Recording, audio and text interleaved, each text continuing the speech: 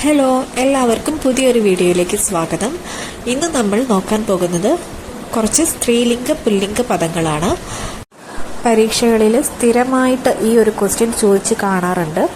അപ്പോൾ നമുക്ക് ഇതൊന്ന് വേഗത്തിൽ പഠിച്ചെടുക്കാം. ആദ്യത്തേത് ആരാധകൻ. ആരാധകൻ്റെ സ്ത്രീലിംഗം ആരാധികയാണ് കേട്ടോ, ആരാധിക. അടുത്തത് ഇടയൻ. ഇടയൻ്റെ സ്ത്രീലിംഗം ഇടയത്തി. ഇടയനാകുമ്പം ഇടയത്തി. ആരാധകനാകുമ്പം ആരാധിക. ആരാധകി എന്നവരിൽ ആരാധിക കേട്ടോ. പിന്നെ ഇന്ദ്രൻ. ഇന്ദ്രൻ്റെത് എന്താ? ഇന്ദ്രാണി. ഇന്ദ്രൻ, ഇന്ദ്രാണി. ഏകാകി, ഏകാകിനി.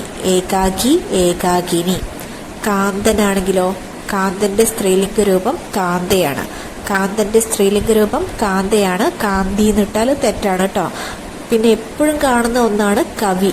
കവീൻ്റെ സ്ത്രീലിംഗ രൂപം കവയിത്രിയാണ്. കവിയത്രി എന്ന് തരും. അതിലല്ല, ലാസ്റ്റത്തെ രണ്ടെണ്ണത്തിലാണ് വള്ളി വരുന്നത് ഓർക്കുക കേട്ടോ. കവയിത്രി. കവി, കവയിത്രി. അടുത്തത് കർത്താവ്. കർത്താവിൻ്റെ സ്ത്രീലിംഗ രൂപം കർത്തൃയാണ്. കർത്താവ്, കർത്തൃ. കേമൻ, കേമി. കലമാനാണെങ്കിൽ പേടമാൻ. കലമാനാകുമ്പോൾ പേടമാൻ. ഒന്നുകൂടി നമുക്കെല്ലാം നോക്കാം. ആരാധകൻ, ആരാധിക. ഇടയനാണെങ്കിൽ ഇടയത്തി. ഇന്ദ്രൻ, ഇന്ദ്രാണി. അടുത്തത് ഏകാകി, ഏകാകിനി. കാന്തനാണെങ്കിലോ കാന്ത. കവി, കവയിത്രി. കവി, കവയിത്രി. കർത്താവ്, കർത്തൃ. കേമൻ, കേമി. അടുത്തത് കലമാൻ. അതിൻ്റെ സ്ത്രീലിംഗ രൂപം പേടമാൻ. നമുക്ക് അടുത്തത് നോക്കാം. തപസ്വി, തപസ്വിനി. തപസ്വി തന്നാൽ തപസ്വിനിയാണ്. അതേപോലെ താപസൻ, താപസ്വി. താപസൻ, താപസ്വി. തപസ്വി തരികയാണെങ്കിൽ തപസ്വിനിയും, താപസനാണെങ്കിൽ താപസ്വി. തേജസ്വി ആണെങ്കിൽ തേജസ്വിനി. തേജസ്വി, തേജസ്വിനി. മൂന്നെണ്ണം നോക്കിക്കേ. തപസ്വി, തപസ്വിനി. താപസൻ, താപസ്വി. തേജസ്വി, തേജസ്വിനി. അടുത്തത് ദൗഹിത്രൻ. ദൗഹിത്രന്റെ സ്ത്രീലിംഗ രൂപം ദൗഹിത്രിയാണ്. ഇതും സ്ഥിരമായിട്ട് ചോദിക്കാറുണ്ട്. ദൗഹിത്രൻ, ദൗഹിത്രി. പിന്നെ ദാതാവ്, ധാത്രി. ദാതാവ്, ധാത്രി. അടുത്തത് ധനവാൻ. അതിന്റെ സ്ത്രീലിംഗ രൂപം ധനവതി. ധനവാൻ, ധനവതി. നേതാവ്, നേത്രി. ഇതും ചോദിക്കാറുണ്ട്. നേതാവ്, നേത്രി. അടുത്തത് പതി. അതിയുടെ സ്ത്രീലിംഗ രൂപം എല്ലാവർക്കും അറിയാലോ. പത്നി, പതി, പത്നി.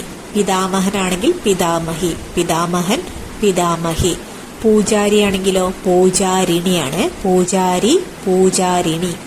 പൗത്രൻ, പൗത്രി. പൗത്രനാണെങ്കിൽ പൗത്രി. പ്രഭു ആണെങ്കിലോ പ്രഭ്വി.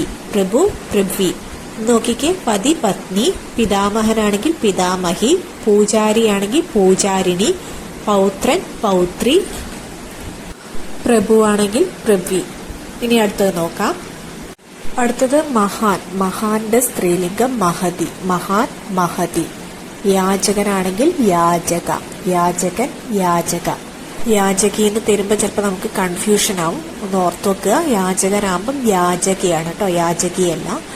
യോഗിയാണെങ്കിൽ യോഗിനി. യോഗി, യോഗിനി. ലേഖകൻ, ലേഖിക. ലേഖകൻ, ലേഖിക. ഇതും ചോദിക്കാറുണ്ട് കേട്ടോ. ലേഖകൻ, ലേഖിക. അടുത്തത് വിദ്വാൻ. വിദ്വാന് വിദുഷി. വിദ്വാൻ, വിദുഷി. വിദ്വാൻ, വിദുഷി. അടുത്തത് വിതുരൻ. വിതുരൻ എന്ന് പറഞ്ഞാൽ വിധവ. വിധവയുടെ ഓപ്പോസിറ്റ് ആണുങ്ങളെയാണ് വിതുരൻ എന്ന് പറയാം. വിതുരൻ, വിധവ. അടുത്തത് സന്യാസി, സന്യാസിനി. അവസാനത്തത് സഖാവ്. സഖാവിന്റെ ഓപ്പോസിറ്റ് സഖി. ഒന്നുകൂടെ പറയാം. മഹാനാണെങ്കിൽ മഹതി. യാചകൻ, യാചക.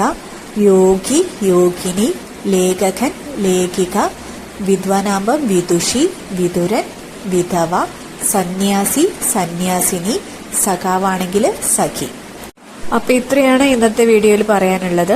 ഈ വീഡിയോ നിങ്ങൾക്ക് ഉപകാരപ്പെടുമെന്ന് തോന്നുന്നുണ്ടെങ്കിൽ ഒന്ന് ലൈക്ക് ചെയ്യുക, സബ്സ്ക്രൈബ് ചെയ്യുക. താങ്ക്